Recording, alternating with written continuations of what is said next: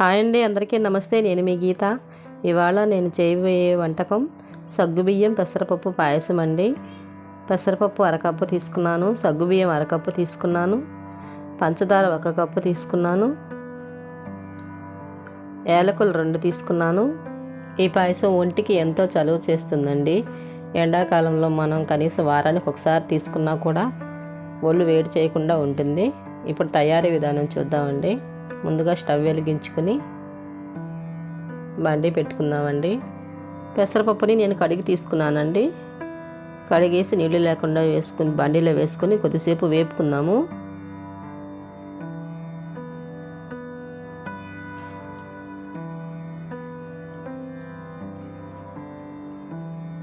కొద్దిసేపు అలా వేపుకున్నామంటే అది పొడి పొడిగా వచ్చేస్తుందండి పప్పు.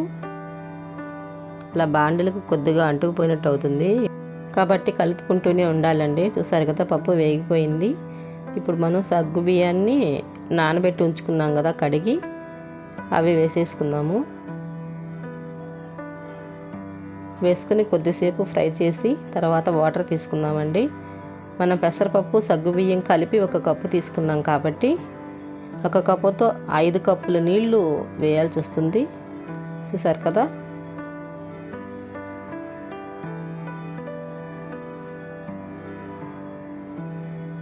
5 కప్పుల నీళ్ళు వేసానండి. ఇప్పుడు స్టవ్ హై ఫ్లేమ్లో పెట్టుకుందాము. కొద్దిగా అలా కలిపేసి మూత పెట్టుకుందామండి. కొంచెం ఉడుకు పట్టేంత వరకు మనం హై ఫ్లేమ్లోనే పెట్టుకుందాము.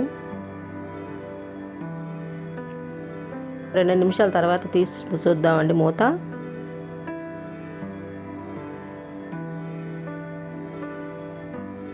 చూసారు కదా, ఉడుకు పడుతూ ఉంది. ఇప్పుడు మనం ఒకసారి కలుపుకొని కొద్దిగా సాల్ట్ వేసుకుందామండి.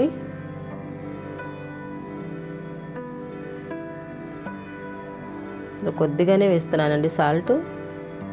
ఇప్పుడు మళ్ళీ ఒకసారి కలుపుకొని మూత పెట్టుకొని ఒక 5 నిమిషాలు మగ్గించుకుందాము. ఈలోపు పెసరపప్పు సగ్గుబియ్యం ఉడికిపోతాయండి. ఫ్లేమ్ మాత్రం మీడియంలో పెట్టుకుందాము. 5 నిమిషాల తర్వాత తీసి చూస్తున్నామండి. పప్పు ఉడికిపోయిందండి. కాకపోతే ఇంకొంచెం ఉడికించుకుందాం మనము. పప్పు ఉడికింది కానీ కొద్దిగా చెమడలేదండి పప్పు.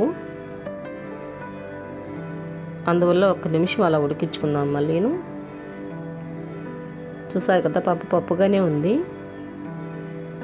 అందువల్ల 1 నిమిషం ఉడికించుకుందాము. ఇప్పుడు మూత పెట్టేద్దామండి.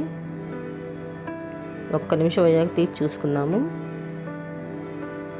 చూసారు కదా, బాగా చిమిడిపోయిందండి పప్పు. ఇప్పుడు మనం పంచదార వేసుకుందాము. పంచదార ఈ 1 కప్పు పెసరపప్పు సగ్గు బియ్యానికి 1 కప్పు పంచదార సరిపోతుందండి. తీపి ఎక్కువ కావాలనుకునే వాళ్ళు ఇంకొంచెం వేసుకోవచ్చు, ఒక 2 స్పూన్లు. నేను ఇందులో పాలు ఏమీ వేయడం లేదు కాబట్టి నాకు 1 కప్పు పంచదార సరిపోయిందండి. పంచదార కరిగే వరకు బాగా కలిగి పెట్టుకుందాము.